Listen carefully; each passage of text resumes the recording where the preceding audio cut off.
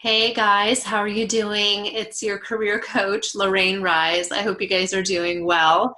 It's Monday, which means I have brand new content for you guys. That's right. So I have this kind of short teaser video today, but then I also have my full length podcast that is out today, dealing with a toxic job. So that's what this quick video is going to be about. I'm going to give you some highlights of the podcast and how you can manage if you are in a toxic job. And then I'm going to invite you to listen to the full length show as well. You can find it on inflowradio.com. The show is called Career UpRising. And the episode for this week is dealing with a toxic job. So briefly, I will tell you, I have been in a toxic job myself. In fact, that was very much part of the impetus for me becoming a career coach and wanting to work for myself and kind of play a different game. So if you are going through that, I know what it's like and I know what you're going through. So here's what I'm going to recommend for you, okay? So the first thing to do is identify whether you're really in a toxic job or you're just a little stressed out or going through a rough patch, having bad days. And I really think we do need to make this distinction because to call something a toxic job is pretty serious, right? That's a pretty big claim. And I don't want you to leave your job unnecessarily if it could be salvaged. So it's important to make sure that you really ask yourself, why do I think this is a toxic job? And a couple of things that I think could be a sign of a toxic job is if the stress that it's causing you is chronic. It's not just occasional or this certain project that we're working on. If you feel like it's causing you physical, emotional, psychological stress on a regular basis, it might be a toxic job. All right. And it's also important to acknowledge whether or not you've made any attempts to fix this. You know, have you spoken up and raised your concerns and they've gone unheard? Well, that could be a toxic environment then, rather than you just suffering in silence when someone would have been willing to help you or lighten your workload, whatever it may be. So that's a big distinction to make as well. But you also might want to take note of whether there's pretty much a mass exodus going on. If the turnover is high and if a lot of people are leaving, that's another sign that maybe something in the corporate culture there is really off and it's turning people away. But I think that those are the main things. And then of course, if there's anything truly illegal or unethical going on, then yeah, you need to probably get out of there. But ask yourself the question first, is this really a toxic job? Or is this something that's fixable, or is it just temporary? You know, is it really chronic stress that's bleeding into other areas of my life? Because when that happens, you probably do need to make a change, okay?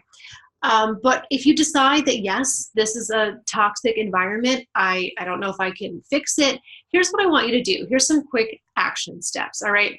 The first thing is always have a support system, whether that support system is at home, which is great, or even coworkers. There may be other people at work who feel the way that you do and are going through what you're going through. And we don't want to spread gossip or anything like that.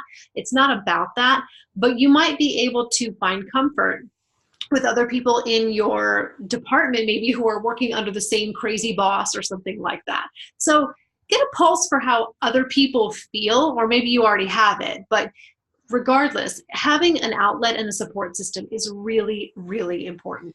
Second, I would say document what's happening. If you really feel like something unfair or bias is happening, start documenting it so that you can make a case. Because if you are going to bring it to HR or your manager or whoever, you're going to have something to show for it. You're going to need to have some proof or something behind your argument that, you know, that there's something going on. So start documenting emails, behaviors, whatever that you think are inappropriate or toxic, whatever you want to call it, and use that to support your case should you file a grievance or anything like that.